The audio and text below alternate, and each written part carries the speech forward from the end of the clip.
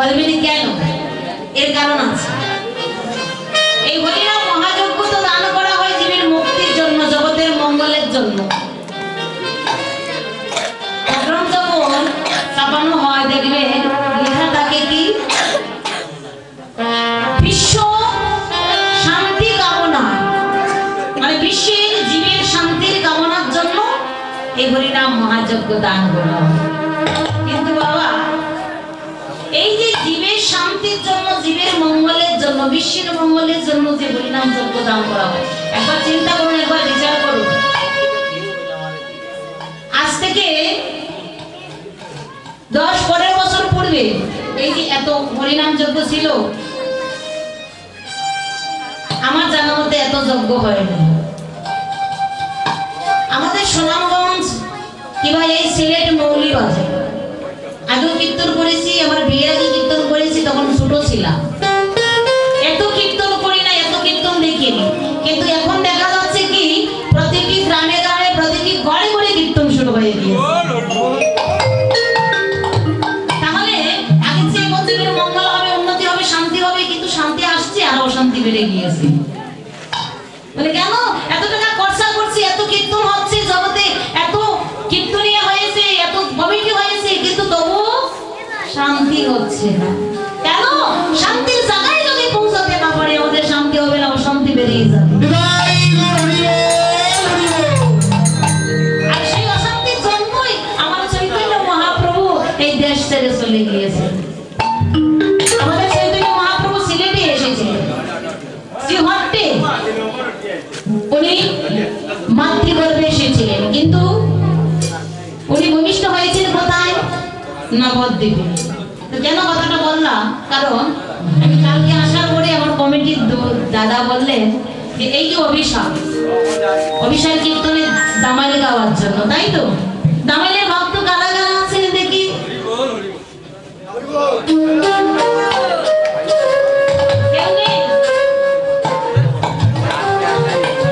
দামাইলের ভক্ত কেউ নেই? বাহ বাহ বাহ।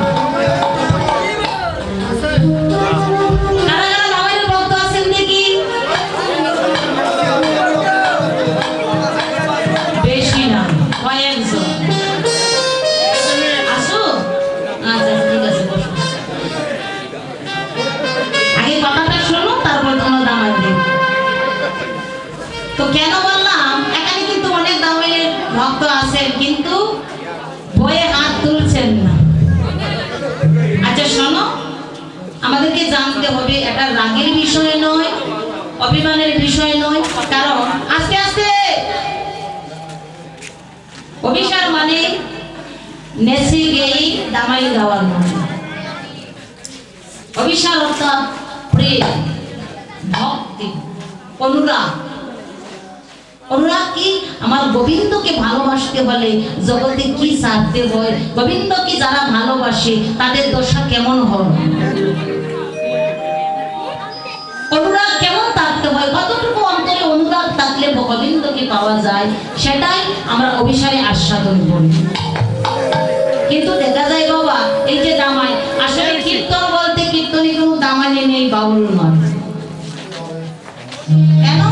কারণ কীর্তনটা যে যারা লিখেছে তারা আপনার মতো আমার মতো ব্যক্তি নয়। ওনারা সাক্ষাতে আমার গৌরকে, আমার ভগবানকে দর্শন করে ভগবানের রূপের বর্ণনা বলে দিয়েছেন। এই আপনারা আমাকে দেখছেন, আমার যে কতটুকু রূপ আছে, কতটুকু গুণ আছে, আপনারা যতটুকু বলতে পারেন, যারা আমাকে দেখেনি তারা আমার সম্বন্ধে ধারণা করতে পারবে? পারবে না। আবার আমার সঙ্গে যারা চলাফেরা করছে তারা আমার চারিত্রিক বিষয়ে, আমার চলাফেরার বিষয়ে যতটুকু জানতে পারবে, আপনারা কি জানতে পারবেন একদিনের দেখা? তো দেখুন, আমার ভগবান সম্পর্কে বর্ণনা করছেন কারা? বৈষ্ণব কবি যারা। তো তারা কি করছে? তারা সাক্ষাতে আমার ভগবানের লীলাকে না দর্শন করে তারা লিখে গিয়েছে। কিন্তু সেই ভক্তিটাকে, সেই ভজনের বস্তুটাকে আমরা এই বর্তমান জগতে তামসার জগৎ বানিয়ে ফেলেছি।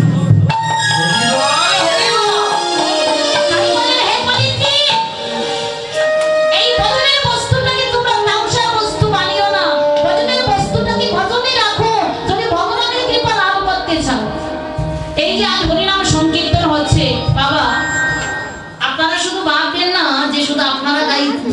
আমি গাইছি তার নয়। আর এখানে সর্বশ্রেষ্ঠ ভক্ত, সর্বশ্রেষ্ঠ শ্রোতা যিনি, তিনি কে জানেন? আমার চৈতন্য মহাপ্রভু, আমার ভগবান। তো ভগবান কীর্তন শোনে, কীর্তন শুনতে ভালোবাসে।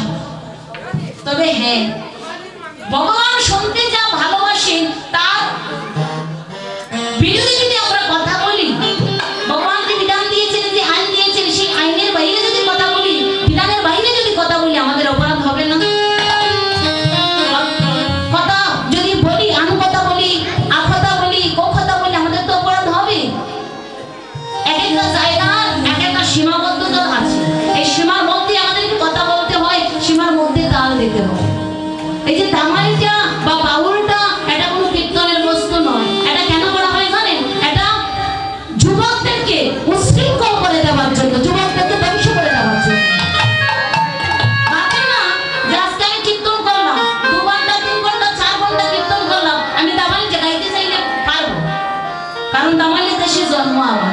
সুনামগঞ্জ ডিস্ট্রিক্টে আপনারা ভালো করে জানেন, সুনামগঞ্জ ডিস্ট্রিক্টে দামাইয়ের সর্বশ্রেষ্ঠ জায়গা।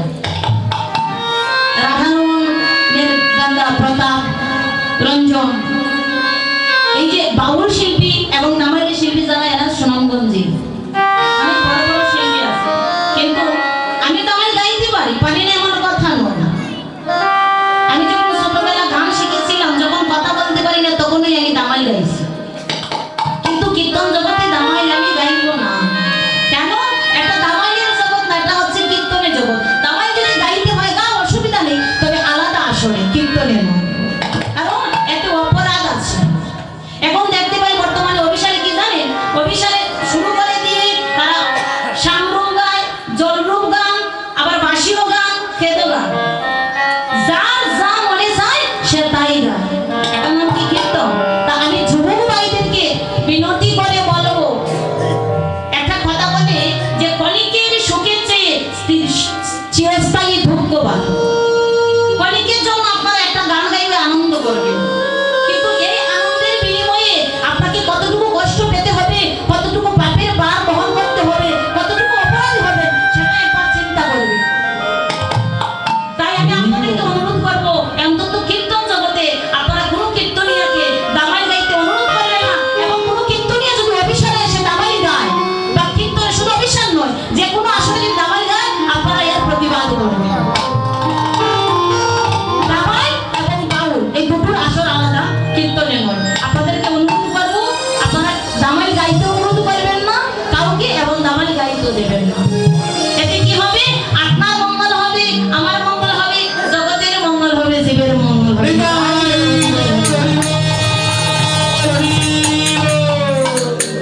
আমার মহাপ্রভু যে বিধান দিয়েছে, সেই বিধান অনুসারে কীর্তন করবেন, এতে জগতের মঙ্গল হবে। আর নতুবা কোটি কোটি টাকা খরচ করেও কীর্তন দিলে কোনো লাভ হবে না।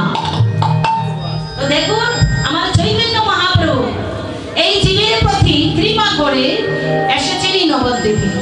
এসে কি করলেন? একদিন বেলি অবসান কালে সুরধনী গঙ্গার ঘাটে আমরা অভিসারে যাত্রা করব। তার পূর্বে গৌর রূপের বর্ণনা কিছুক্ষণ কীর্তন করে তারপরে আমরা বৃন্দাবন লীলায় প্রবেশ করব। জানি থাক, ভুলভ্রান্তি অবশ্যই হবে। আপনাদের নিজ নিজের গান দ্বারা ভুলটুকু সংশোধন করে শ্রবণ করবেন, আমাকে সেই বৈষ্ণব অপরাধ থেকে ক্ষমা করবেন। যদি তাই হরি বল, হরি বল।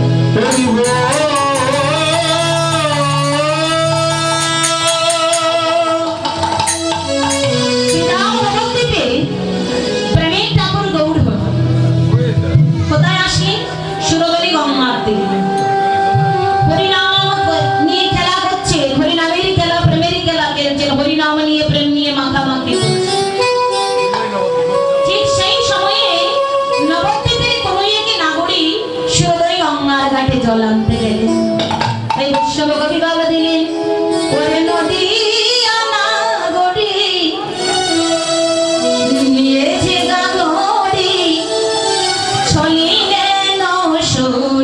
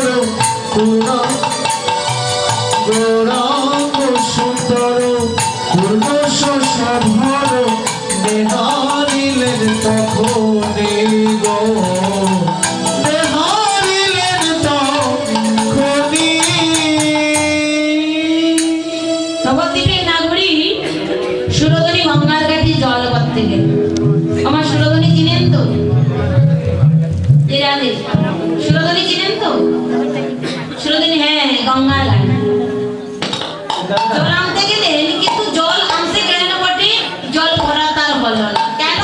যেই না জল ভরতে গেল সেই সময় আমার গৌরীর রূপে নয়ন পড়েছে। গৌরাঙ্গ সুন্দর পূর্ণ শশধর নেহারিলেন তখন। গৌরীর রূপে যেই না নয়ন পড়েছে, কাঙ্কের কলসিকানা সুন্দরী গঙ্গার তীরে ভাসিয়ে দিয়ে শূন্য হাতে হা গৌর প্রাণ গৌর বলে গমন করলেন। তার মরমে নাগরী আরেকজন তো বলছে, নাগরী, আরে নাগরী, তুই তো সুরধনী গঙ্গার ঘাটে জল ভরতে গেলি, কিন্তু শূন্য হাতে ফিরে গেলে যে? যে প্রশ্ন করছে তার নাম হচ্ছে কাঞ্চনা। আর যে গৌরীর রূপ দর্শন করেছে তার নাম হচ্ছে বিষ্ণুপ্রিয়া। বলছে, মরমী রে, আমি কেন শূন্য হাতে ঘরে ফিরে এলাম জানি?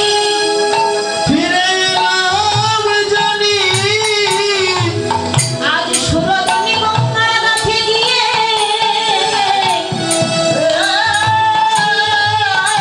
আমি মনে কি যেমন রূপের মানুষ দর্শন করলাম। তাকে দর্শন করিবা মাত্রই আমার বলতে কিছু রইল না রে।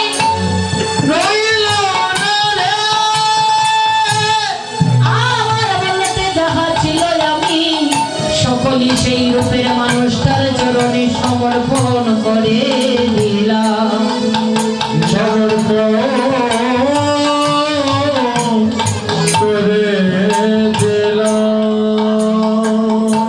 বিষ্ণুপ্রিয়া বলছে, কাঞ্চনা, আমার জল ভরা হলো না। বলি, কেন?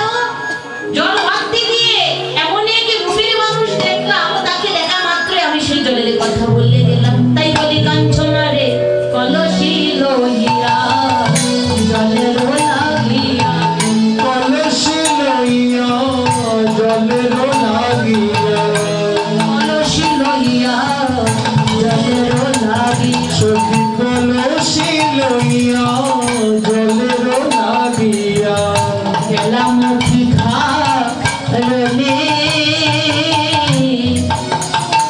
সখী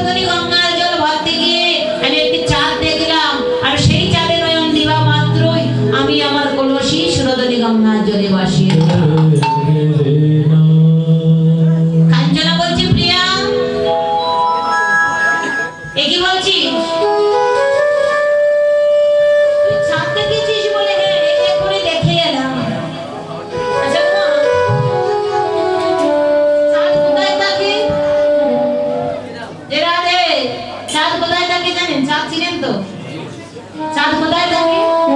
আকাশে। তো আজ বিষ্ণুপ্রিয়া বলছেন কি চাঁদ দেখেছি সুরধনী গঙ্গার ঘাটে। তো কাঞ্চনা বলছে প্রিয়া আজ হয় মনে হচ্ছে আমার তুই সুরধনী গঙ্গার ঘাটে গিয়ে পাগল হয়ে গিয়েছিস। আমরা সবাই জানি কি চাঁদের উদয় আকাশে। এই যে চাঁদ আকাশে উদয় আমরা সবাই জানি। আমরা সবাই জানি ওরে আরেক চাঁদ উদয় হলো কবে সুরধনী। তবে সুরধনী চাঁদ একটাই, সেটা আকাশে থাকে আমরা সবাই জানি তাই তো। কিন্তু তুই আবার বলছিস সুরধনী গঙ্গার ঘাটে চাঁদ, সেটা আবার কখন উদয় হলো? কাঞ্চনা বলছে না বলি আকাশে চাঁদ উদয় হয় বটে। উদয় হয় মাঠে আকাশে চাঁদ উদয় হয় বটে, কিন্তু আমি আজ সুরধনী গঙ্গার ঘাটে যে চাঁদ দেখেছি সেই চাঁদে আর আকাশের চাঁদের কোনো তুলনা হতে পারে না। বলি কেমন করে? কারণ দেখ আকাশে যখন চাঁদ উঠে তখন এই জগতে অন্ধকার দূর করে তাই তো। কিন্তু আমি যেই চাঁদ দেখলাম সেই চাঁদের আলোয় আলোকিত শুধু জগৎ নয় ত্রিজগৎ হয়, জীবের হৃদয় আলোকিত হয়ে যায় সেই সুরধনী গঙ্গার ঘাটের চাঁদের আলোতে। তাই গৌর হরি বল হরি বল।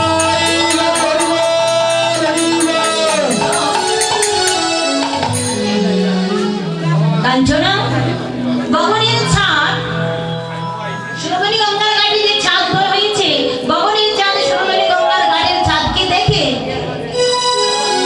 সে কি করে জানিস? সে গগনে ছেড়ে দিয়ে সেই গগনের চাঁদ বলে সুরধনীর চাঁদকে ডেকে বলে হে চাঁদ আমি তো অর্ধচন্দ্র কিন্তু তুমি হচ্ছ পূর্ণচন্দ্র। আমাকে তো এই গগনে তাকানো শোভা পায় না। শোভা পাই না গগনের চাঁদ বলে কি সেই সুরধনীর চাঁদকে বলে তুমি পূর্ণচন্দ্র আমি অর্ধচন্দ্র, আমাকে গগনে তাকা শোভা পায় না। তাই গগনের চাঁদ গগন ছেড়ে দিয়ে আমার সুরধনী গঙ্গার চাঁদের সুরধনী গঙ্গার ঘাটে চাঁদ সেই চাঁদের চরণ তলে লুঠায় পড়ে তাই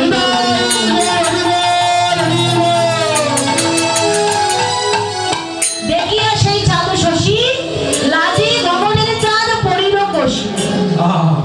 গগনের চাঁদ মানে আকাশের চাঁদ আকাশ ছেড়ে দিয়ে লজ্জা নিয়ে সেই সুরধনী চাঁদের চরণ তলে লুটায়ে পড়েছে। বড় বিষয় কি কাঞ্চনা বলছে প্রিয়া আজ আমার মনে হচ্ছে তুই যে কথাবার্তা বলছিস সুরধনী গঙ্গার ঘাটে গিয়ে আজ তোর কিছু একটা হয়েছে। বলে হয়েছে তো বটে কাঞ্চনা।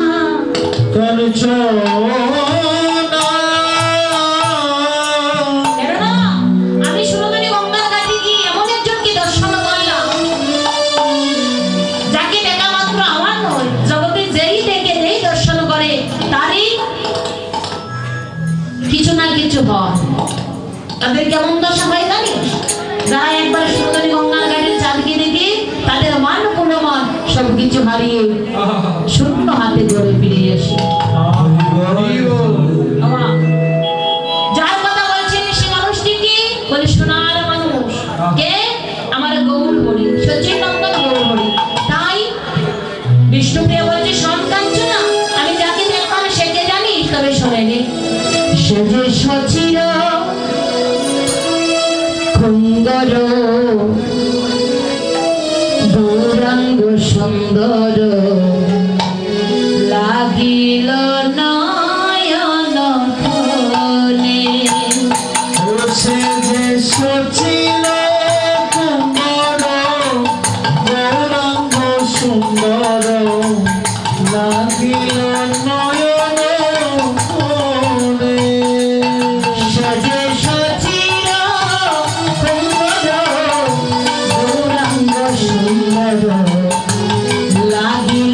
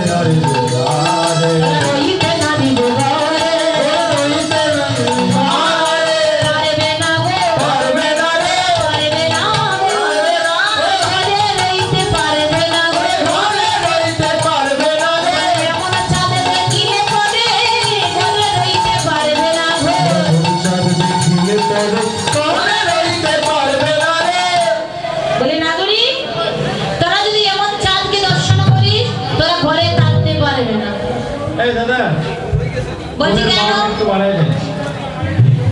কাঞ্চন বলছি কেন ঘরে টাকা যাবে না? বলি কেন ঘরে টাকা যাবে না জানিস? সে যে রমণী দেখিয়া হাসিয়া হাসিয়া রমণী দেখিয়া হাসিয়া হাসিয়া দেখিয়া হাসিয়া হাসিয়া রমণী দেখিয়া হাসিয়া হাসিয়া সময় কথা কয় সময় কথা কয়, সময় কথা কয় সময় কথা কয়, ভাবিয়া চিন্তিয়া মনে বিচারিল চিনিয়া মনে ভিতরে পরাণের রবিবার নয় পরানো রহিব নাই, পরাণের রবিবার নয় পরানো রহিব নাই। এমন হাসি কে বা হাসে এমন হাসি কে হাসে, এমন হাসি কে বা হাসে এমন হাসি কে হাসে, যার হাসিতে জগৎ হাসে এমন হাসি কে বা হাসে যার হাসে এমন হাসে, এমন হাসি কে হাসে।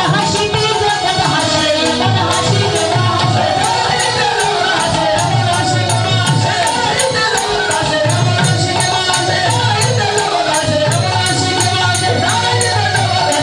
হাসিতে জগৎ হাসে এমন হাসি কে বা হাসে এমন হাসি কে বা হাসে এমন হাসি কে বা হাসে শোন কেন করে টাকা যাবে না জানিস? সে যে রমণী দেখিয়ে হাসিয়া হাসিয়া রসময়ে কথা কয় ভাবিয়া চিন্তিয়া মনে বিচারে নু পরাণ রহিবার তাতে মধুমাখা হাসি নিরবধি বসে যখন সেই হাসি সেই রূপের বিচার করি তখন প্রাণ আমি ধরে রাখতে পারি না। কেন জানিস? নাগরী রে গৌর হরি এমন করে মৃদু হেসে কথা বলে তার হাসিতে এই জগৎই হাসে। আরে সে যদি একবার কাঁদে তাহলে জগৎকে কাঁদায় বাসা। নাগরী রে আমার হৃদয়ের কথা মরম কথা তোকে বলি তোকে বলি হৃদয়ের কিছু কিছু কথাই আছে কিছু কিছু ব্যথায় আছে ব্যথায় আছে, এই ব্যথা সবার কাছে বলা যায় না সখী প্রিয় মরমে বিনা আহা, হরি বল। হ্যাঁ? তুই তো আমার মরমী আজ শুনুনি গঙ্গার ঘাটে গিয়ে আমার এমন হলো আমার ব্যাধি হলো কিসের ব্যাধি? আমার হৃদয়ে বড় ব্যাধি হলো ব্যাধি হলো, ব্যাধি শব্দ বুঝেন তো বাবা? ব্যাধি অর্থাৎ রোগ। আমি সুরদলি গঙ্গার ঘাটে গিয়ে আর গৌর প্রেমের বিষে আমি জর্জরিত। বলে কেন? গৌরের দুটি নয়নে আমাকে এমন ভাবে বান মেরেছে যদি তীর দিয়ে কেউ ধমক দিয়ে বান মারে মা সেই বানটা এসে গায়ে লাগে রক্ত বের হয় কত হয় সেই কতটা সবাই দেখে কিন্তু গৌর হরি নয়ন দিয়ে যে বান মেরেছে আমার হৃদয়ে বাজে সেই ব্যাধিটা তো কেউ দেখে না রে। দেখে না রে। গৌরের রূপে যে বান মেরেছে আমার হৃদয়ে বাজে সেই রূপে বাজে আমার অন্তর জ্বলে যায় সখী সেই ব্যথার কথা সেই দুঃখের কথা আমি কার কাছে বলি বলি, আমার মনে হয় আর নবদ্বীপের এই গড়ে আমার বসতি হবে না রে। বসতি হবে না রে। গৌর হরি আজ সুরধনির দিকে এমন ভাবে নৃত্য করছে নিত্য করিছে, তার নৃত্য দেখে আমার মনে হয়েছিল আমার এই দেহটা যদি নদীয়ার সমান হতো। নদিয়ার সমান হতো। তার হৃদয়ে কতটুকু অনুরাগ। বিষ্ণুপ্রিয়া বলছে নাগরী আমার এই দেহটা অতি ছোট আমার দেহটা যদি বিশাল বড় হতো নবদ্বীপের সমান হতো আমি সারাটা নদিয়া জুড়ে আমার দেহটা বিছাইয়ে দিতাম। বলে কেন? বিছাইয়ে দিয়ে আমার হিয়ার মাজারে আমার হৃদয়ে মাজারে তুলে আমার গৌরীকে নাচাতাম। বলে গৌরকে নাচালে কি হতো? বলে গৌর যে নৃত্য করে এত সুন্দর নৃত্য করে এই নবদ্বীপের মাটিতে নৃত্য করে তার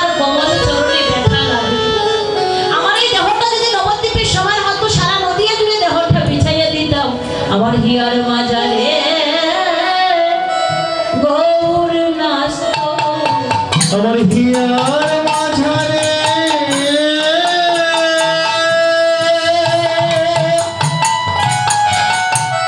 গৌর নাচিত ওতার কমলঙ্গে বেতানা লাগত আমার হিয়ার